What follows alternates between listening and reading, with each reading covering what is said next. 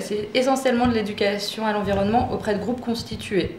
Dès qu'il y a un groupe constitué, on est susceptible d'intervenir pour échanger avec eux sur les thématiques nature et environnementales. On a aussi des sorties qu'on appelle des sorties culturelles en fait, donc qui sont ou naturalistes et à ce moment-là plus ciblées sur des découvertes de champignons par exemple ou de plantes comestibles suivant les saisons. Et puis on a aussi des ateliers sur le compostage.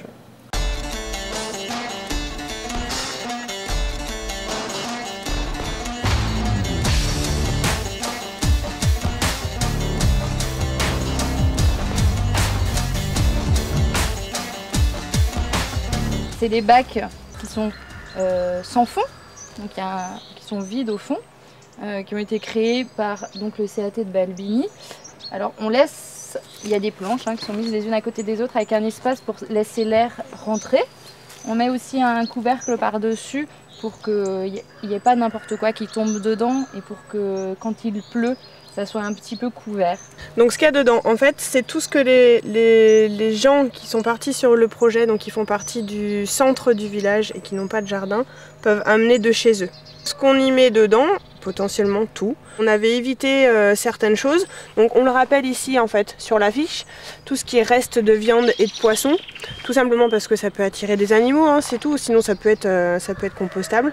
On avait évité de mettre aussi tout ce qui est fromage, donc produits laitiers, parce qu'il y a des ferments, donc c'est pareil, là c'est plus pour un problème d'odeur, et le pain, parce qu'on a aussi la présence de ferments à l'intérieur, des levures, etc. Ce qui est tout en bas, ça date de janvier quand on a retourné, donc on l'a commencé en septembre, jusqu'à janvier il y a des déchets qui sont accumulés, et en janvier on a fait ce qu'on appelle le retournement, donc tout ce qu'il y avait dans ce bac, on l'a passé dans le deuxième bac qui est à côté, en brassant. Et on va le fermer, le deuxième bac, pour que les micro-organismes et la macrofaune continuent à décomposer sans qu'on n'ajoute plus rien. Et donc ce bac du milieu, c'est celui où les gens vont faire leur apport. La décomposition a bien commencé en bas, sachant que là on est sur les côtés, donc on a beaucoup d'air, c'est pas très humide, mais c'est normal, c'est parce que tout l'air rentre par ici. Alors que normalement pour que la décomposition, la première phase de décomposition soit bonne, il faut que ça soit humide. Mais on voit bien qu'en bas c'est beaucoup plus noir et plus on monte, plus ça va être clair.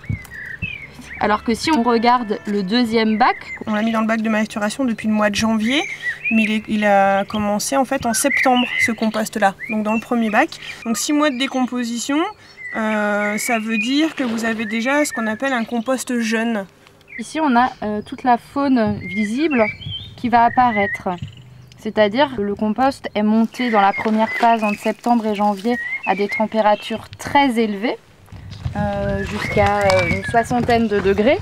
Donc c'est à ce moment-là que ça a tué toutes les germes, toutes les maladies qui sont susceptibles d'être sur les plantes. Mais dans cette phase de montée de température, donc qui dure 3-4 mois jusqu'à retournement, on n'a pas du tout de macrofaune visible à l'œil nu. On a essentiellement des bactéries et des champignons qui vont travailler, donc dans le bac qui est derrière moi. Une fois qu'on le retourne, c'est que toute la première phase effectuée par les bactéries et les champignons est passée. Et donc ici on a une baisse de la température et c'est là que la faune va arriver. Donc tous les invertébrés sont là. On peut s'imaginer qu'un composteur, c'est un hôtel-restaurant où le but c'est de contenter tous ses habitants pour qu'ils fassent eux-mêmes le recyclage de la matière organique en compost ou en amendement. Et donc le but c'est de leur donner un maximum de nourriture, la nourriture qu'ils aiment, le plus varié possible parce qu'ils n'aiment pas manger tous les jours la même chose et que chaque organisme ne mange pas la même chose non plus. Leur apporter de l'air pour qu'ils puissent bien respirer et bien digérer et un petit peu à boire, donc que ça soit bien humide. C'est les clés d'un compostage, c'est l'humidité, les déchets variés et le brassage qui apporte de l'air pour que les micro-organismes peuvent réaliser la décomposition en présence d'oxygène, de manière aérobie. S'il y a une personne qui a de la tonte de gazon, on va lui demander si elle veut la porter, de la faire sécher et on le mettra dans le bac de déchets bruns. Les déchets bruns, la tonte de gazon sèche en fait partie. Ce sont tous les déchets qui sont à base de bois, des déchets durs et secs en fait. Donc les gens ils vont vider dans ce composteur leurs déchets verts, donc leurs déchets frais qui sont plutôt azotés. Les cantonniers ont mis des feuilles tombées des arbres cet hiver là-dedans. Donc ça nous permet d'équilibrer et d'avoir un bon fonctionnement du compost avec des déchets bien variés, azotés, carbonés. Au début, ça a été un appel à candidature, est-ce qu'il y a des gens qui veulent participer? Et les gens trouvaient ça intéressant déjà parce que quand ils vont sortir leur poubelle, ça sera vraiment moins lourd. Donc les gens, ils nous le disent là actuellement que leur poubelle a énormément diminué.